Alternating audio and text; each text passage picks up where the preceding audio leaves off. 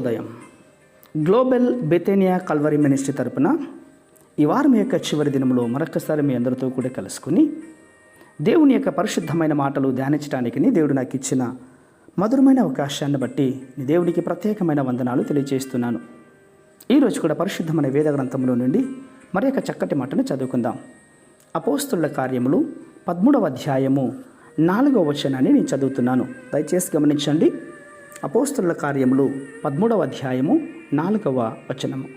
కాబట్టి వీరు పరిశుద్ధాత్మ చేత పంపబడిన వారై సెలూయాకు వచ్చి అక్కడ నుండి ఓడ ఎక్కి కుప్రాకు వెళ్ళిరి. దేవునికి స్తోత్రం కలుగునుగాక.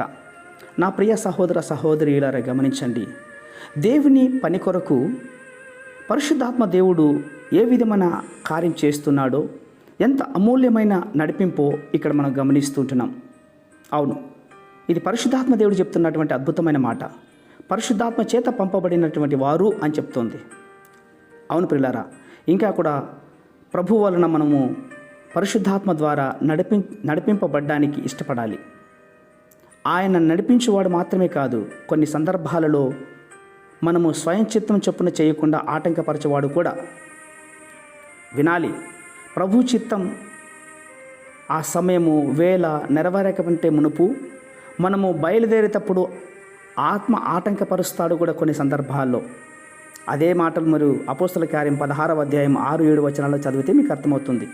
పరిశుద్ధాత్మ వారిని ఆటంకపరిచినందున అని చెప్పి రాయబడింది. యేసు యొక్క ఆత్మ వారిని వెలనీయలేదు ప్రియులారా.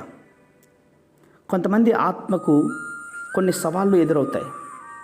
నేను సినిమాకి వెళ్ళటం ప్రభు చిత్తం కాకపోతే ఆత్మ నా సైకిలు ఎందుకు పంచర్ అవుతుంది, నా బండి ఎందుకు రిపేర్ అవుతుంది, ఎందుకు నా కుటుంబంలో కలహాలు వస్తాయి అన్నటువంటిది మీరు గుర్తుపెట్టుకోవాలి. చెడ్డ కార్యానికో చెడ్డ సినిమాలకో దేవుని కార్యాలు కాకుండా మరెక్కడికైనా వెళ్ళడానికి మీరు ఇష్టపడితే కనుక ఆత్మ ఆటంకపరుస్తాడు. ఇది చెప్పడానికి ఈ మాట మీకు చెప్తున్నా. నువ్వు తెగించి ఆ పాపానికి గడక వెళ్ళడానికి ప్రయత్నం చేస్తే ఆత్మ నిన్ను అడ్డుకోవలసి వస్తుంది. అందులో ఎటువంటి మార్పు ఉండదు. అవును, నరకమునకు వెళ్ళమని నిన్ను విడిచిపెట్టినట్లయితే కనుక నీ పరిస్థితి ఏంటి?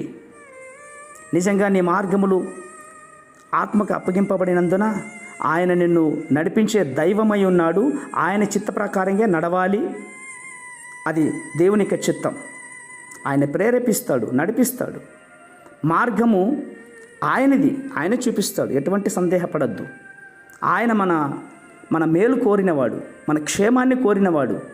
దావీదుకు చూపినటువంటి శాశ్వత కృపను చూపించడానికి ఆయన నిన్ను చెయ్యి పట్టుకొని నడిపిస్తాడన్నటువంటి విషయాన్ని ఎప్పుడూ కూడా మర్చిపోవద్దు.